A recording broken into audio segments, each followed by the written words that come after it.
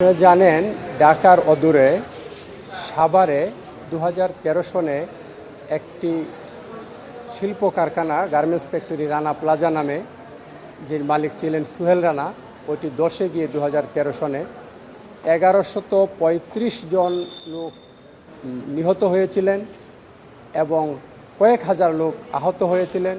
তার মধ্যে শত শত লোক সারা জীবনের জন্য পঙ্গুত্ব বরণ করেছিলেন। এরা সবাই ছিল শ্রমিক, গার্মেন্টস শ্রমিক।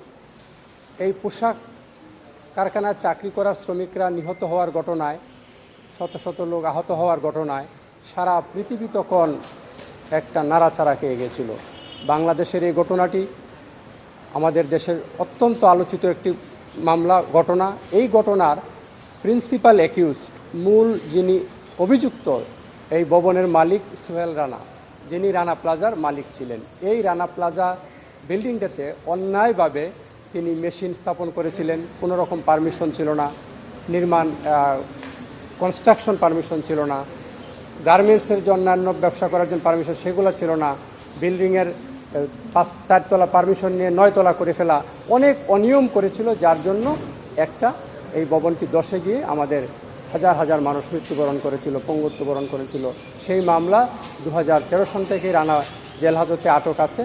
আটক থাকার পরে রানা প্লাজার মামলাটি আমাদের ঢাকার জেলা ও দায়রা জজে বর্তমানে এখানে 93 জন সাক্ষী ইতিমধ্যেই এক্সামিন হয়ে গিয়েছে। আরও পর্যায়ক্রমে সাক্ষী চলছে, দ্রুত মামলাটি নিষ্পত্তি হবে। কিন্তু আজকে আমাদের মাননীয় হাইকোর্টে আসামি রানা প্লাজার মালিক যে সোহেল রানা, তার জন্য জামিন প্রার্থনা করলে হাইকোর্ট তাকে 6 মাসের জামিন দিল এবং কেন তার জামিন দেওয়া হবে না, স্থায়ী জামিন, সেই জন্য রুল ইস্যু করলেন। আমরা রাষ্ট্রপক্ষ থেকে এই রানার জামিনের তীব্র আপত্তি উত্থাপন করেছি, তীব্র আপত্তি দিয়েছি।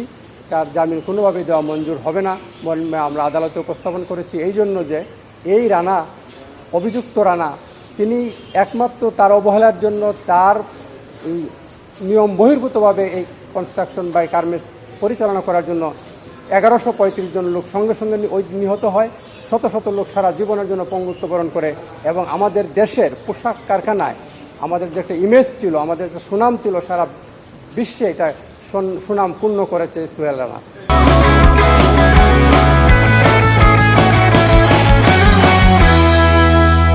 সেই জন্য সোহেল রানা জামিন মঞ্জুর করা আমরা মনে করি উচিত হয়নি। তার জামিনের বাতিলের জন্য আমরা আশা করছি দ্রুতই উচ্চ আদালতে আপিল করব।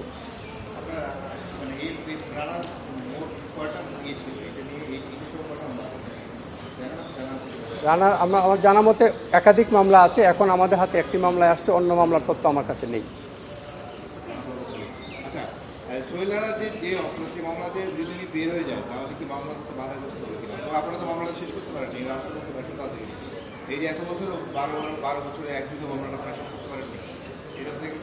না, রাষ্ট্রপক্ষে মামলা পরিচালনা বা নিষ্পত্তি করতে কোনো রকম নেগলিজেন্স নাই, কারণ আপনারা জানেন ইতিমধ্যেই 93 জন সাক্ষী এক্সামিন হয়ে গিয়েছে। সাক্ষী সব তো এক জায়গায় নেই, তাকে খুঁজে খুঁজে আনতে হয়। আমরা চেষ্টা করছি দ্রুতই মামলাটি নিষ্পত্তি হবে। একটি হত্যা মামলা, এখানে 1135 জন নিহত হয়েছে। তার পক্ষে হায়দার আলী মনে হয়।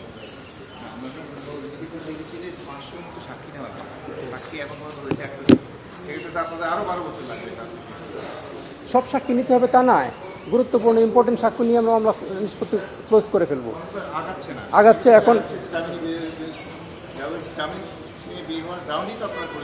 না, আমরা জামিনের গ্রাউন্ড করে দিচ্ছি। এখানে দেখবেন এর চেয়ে পুরনো মামলা এখনও বিচারাধীন আছে। তার যদি দোষী প্রমাণিত হয়, সেটা সর্বোচ্চ ডেথ সেন্টেন্স হতে পারে, ক্যাপিটাল পানিশমেন্ট হতে পারে, যাবজ্জীবন হতে পারে। সেই ক্ষেত্রে তার এখন মাত্র 10 বছর সে কাস্টডিতে আছে, এটা বেশি হয়ে যায় নাই। এই জামিনে তার অন্যান্য মামলার আছে কিনা তার আইনজীবী বলতে পারবেন, বা তার তিনি